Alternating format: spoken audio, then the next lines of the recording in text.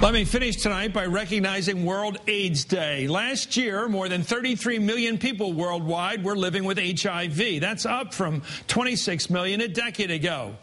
But according to a report in the Christian Science Monitor, UNAIDS and other AIDS organizations are making progress in their efforts to control and eventually eradicate HIV/AIDS. World AIDS Day is a chance to take stock of how well these organizations are doing and where the world stands today. So, according to a 2010 report from UNAIDS, that's the United Nations HIV/AIDS program, the new HIV infection rate has declined almost 20% in 10 years, from 3.1 million new cases in 1999 to 2.6 million in 2009. And while that's hardly news for joy, that decrease follows decades of explosive growth in the number of HIV infections.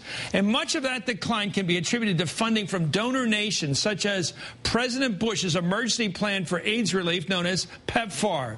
Much of that program involves education and prevention efforts, such as teaching people about safe sex and making condoms more available. I give President Bush solid credit for this. Here's what he wrote, the former president, in an article that appeared in today's Washington Post. Quote, "Early in my first term, it became clear that much of sub-Saharan Africa was on the verge of catastrophe. The disease was prevalent among teachers, nurses, factory workers, farmers, civil servants, the very people who make a society run.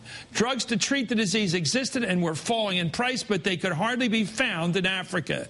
While countries were living in the shadow of death." Well, the results, 8 years ago, there were roughly 50,000 people in sub-Saharan Africa on AIDS treatment. Today, thanks to America, other donor nations, and the work of Africans themselves, nearly 4 million people are being treated.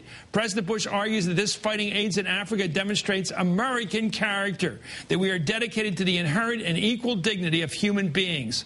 As the former president puts it, we had a chance to do the right thing, and we did it. Well, good for him, good for us, and good for Africa.